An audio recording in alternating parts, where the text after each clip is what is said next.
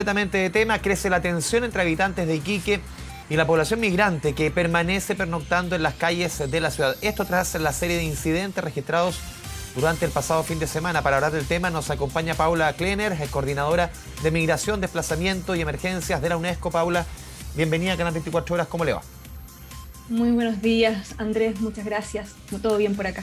Paula, a ver, ¿cómo han visto ustedes desde la UNESCO las imágenes que vimos el fin de semana, sobre todo el día sábado, con esta quema de pertenencias? Ahí lo estamos viendo en la imagen de migrantes venezolanos allá en la ciudad de Iquique, una imagen muy fuerte, una imagen que muchos quisiéramos sencillamente eliminar de la memoria, pero ahí está. ¿Cómo lo analizan ustedes desde UNESCO?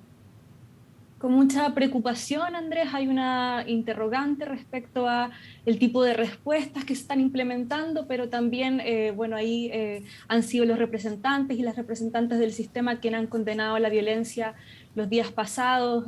Sin embargo, si me permites a mí el momento ahora, también aparece la posibilidad de analizar la situación, dar respuestas y considerar una mirada a futuro también que considere no solamente a la población migrante, sino también a las poblaciones de acogida.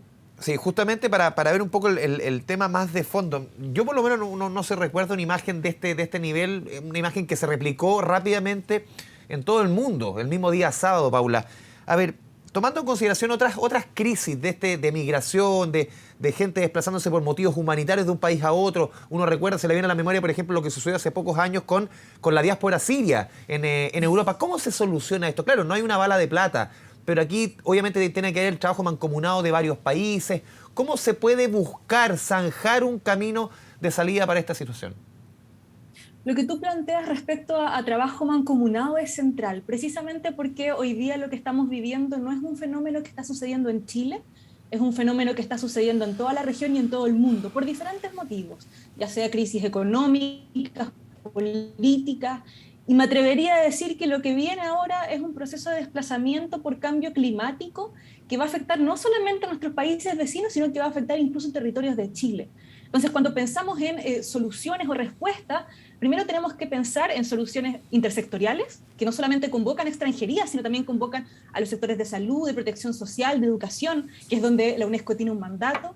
Pero además es la necesidad, y yo creo que hago referencia a lo que mencioné al inicio, no solamente respuestas que consideran a la población que se desplaza, sino también que observa las situaciones de las comunidades de acogida. Porque hoy día lo que se pone en evidencia es que pareciera ser que la sociedad en su conjunto vive vulneraciones que es necesario atender, pone en evidencia fragilidades estructurales que debemos mirar y además pone muchísima atención en el tipo de relación que estamos poniendo entre la migración y las sociedades nacionales, por llamarlas de alguna manera. Hoy en día probablemente lo que menos tenemos, porque además he escuchado también muchos discursos de criminalización, de preguntas por si la migración es un derecho o no, pero hoy en día lo que vemos es que la migración, primero que todo, es una respuesta a una situación de profunda vulneración de derechos de las personas que se desplazan, no solamente en los países de origen, no solamente en el trayecto, sino también, como lo vimos en Iquique, en las sociedades de acogida. Entonces ahí, si tú me preguntas respecto a posibilidades de solución, entre comillas, la mirada intersectorial, una mirada de respuesta, pero además caminos institucionales que den acceso a derechos fundamentales. Paula, ¿cómo han visto ustedes también la respuesta del Estado chileno frente a esta situación? Más allá, obviamente, hay una crítica al gobierno de turno, pero también del Estado chileno frente a esta situación que no es primera vez que pasa en nuestro país. Las respuestas, yo creo ahí, Andrés, que no son unívocas. Y hoy día lo que vemos es una diversidad de respuestas. Hay respuestas sectoriales, hay respuestas generales. Desde lo que además nos toca como UNESCO trabajar, hemos visto un trabajo incansable de los diferentes actores educativos por garantizar el derecho a la educación. Sin embargo, cuando esto se ve además superpuesto y multiplicado por crisis sanitarias, sociales, políticas y económicas, por supuesto que la situación se complejiza y por tanto esfuerzos específicos se requieren no solamente a nivel central de los ministerios, sino también a nivel local, que considere las particularidades de los territorios, a las autoridades locales, que además considera un trabajo coordinado actualmente, ¿no? Hoy día probablemente hay una demanda, sin duda, por una respuesta humanitaria que tiene que suceder, pero yo me atrevería a decir que resulta especialmente importante no olvidar a las poblaciones que se encuentran en especial vulnerabilidad y además requieren protecciones específicas. Y acá solamente me gustaría mencionar el caso de niños, niñas y adolescentes. Hoy día tenemos datos de alrededor de 4.000 niños que han ingresado por pasos no habilitados, y la pregunta que hoy día nos atiende es cómo garantizamos los derechos de ese grupo que requiere acciones específicas por parte del Estado, pero también por otros actores que intervienen en la respuesta, ¿no? Y por eso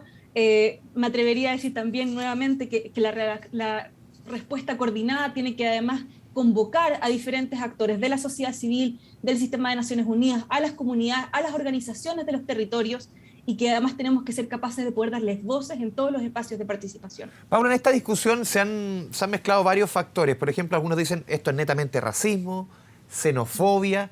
Otros hablan de un concepto que por lo menos hace tiempo no se escuchaba en Chile, que es la aporofobia, que es la fobia a la pobreza. ¿Cómo lo ves tú?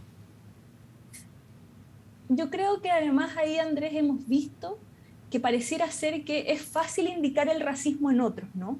Que parecía ser fácil indicar en otras comunidades el racismo, y lo hemos visto también cuando analizamos prensa internacional o vemos en otros países, pero me atrevería a decir que el sistema en su conjunto hoy en día tiene expresiones de racismo, discriminación, xenofobia, y que tenemos que poder atender por niveles, ¿no? Ahí se expresa en la política macro, pero también en las políticas de los territorios. Y cuando tú mencionas el tema de la aporofobia, por supuesto que vemos situaciones específicas cuando la pobreza visibiliza otras falencias estructurales. Creo que hoy en día, y eso es un tema que ha sido cada vez más evidente con la pandemia, hoy día vemos sociedades frágiles cuyos sistemas están reclamando por cambios fundamentales que permitan garantizar derechos. Por eso cuando yo analizaba algunas cifras, miraba, pareciera ser que atender la situación de población migrante y refugiada hoy en día también es una oportunidad para atender aquellas situaciones estructurales que afectan a los sistemas chilenos. Entonces, por eso, y eso lo vemos claramente en educación, cuando somos capaces de abordar la diversidad, la diferencia, como somos además capaces de incorporarla dentro de nuestros sistemas, no solamente la población migrante y refugiada se beneficia, sino la población en su conjunto. Y eso es extremadamente claro para el sector de educación, y las y los docentes han sido especialmente vocales al poder mencionarlo. Paula, esta coyuntura, lo que estamos viendo, las graves imágenes y esta situación que ya se extiende hace algunos meses, pero como que decanta con mayor fuerza este fin de semana, sobre todo en la región de Tarapacá, cae justo a 2 meses de elecciones presidenciales, en donde el tema de migración es tema. Me imagino, claro, nunca va a ser bueno que esto suceda, pero que suceda en un periodo electoral, tratar un tema tan sensible, es un escenario que es poco aconsejable, ¿no?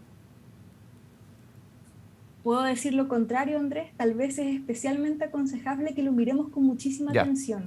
Hoy en día, tú hablabas al inicio, bueno, imágenes que ojalá olvidemos, yo te diría lo contrario, ojalá estas imágenes quedaran en la memoria, pero para acciones concretas. Hoy en día tenemos una oportunidad, en la sociedad chilena en su conjunto tiene la oportunidad de abordar esto, no solamente en el sentido de extranjería, sino en todos los sectores. Nuevamente menciono salud, protección, educación, y es una oportunidad sin igual además para que tengamos una reflexión conjunta, política, para que veamos cómo estas respuestas humanitarias también se conectan con los planes de desarrollo de Chile a mediano y largo plazo. Ya no solamente para este mes, no solamente para el próximo mes, sino para todos los años que tenemos por delante. No, te lo pregunto justamente porque hay opciones políticas obviamente que han abierto en el tema de la migración, han visto, y justamente apelando desde la emoción, desde la rabia justamente, a mensajes que van un poco de la mano de lo que hemos visto el fin de semana. No sé si quemar las cosas, pero sí una crítica constante hacia la migración en nuestro país.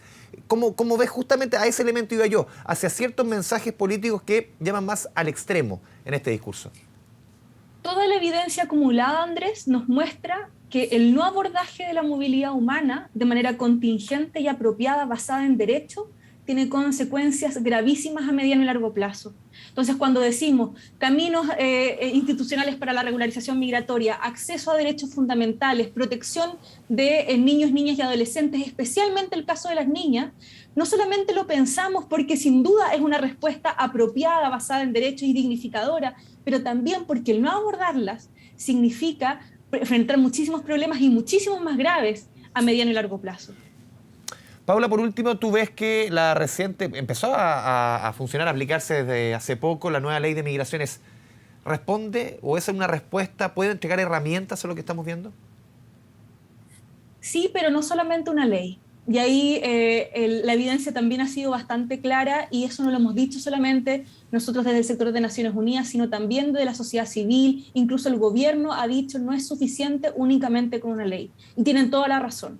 Hoy en día tenemos los desafíos de articular marcos normativos centrales, grandes, de gran escala, a las situaciones locales. Y lo de Iquique hoy día nos evidencia la necesidad de hacerlo con más urgencia, de coordinarnos mejor con los gobiernos locales, de generar políticas y programas específicas que atiendan nuevamente no solamente la situación de personas en situación de movilidad, sino de las comunidades en su conjunto. Hoy en día, y eso es un mensaje que ha sido extremadamente claro por la última evidencia, la crisis climática que se nos viene y que está sucediendo ya, nos pone la urgencia de volver a nuestros sistemas más resilientes.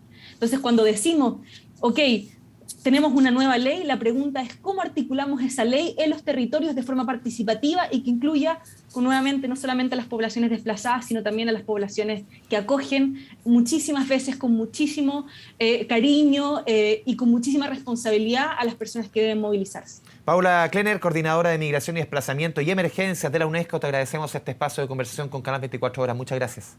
Muchas gracias a ti, Andrés, que estés muy bien. Igualmente.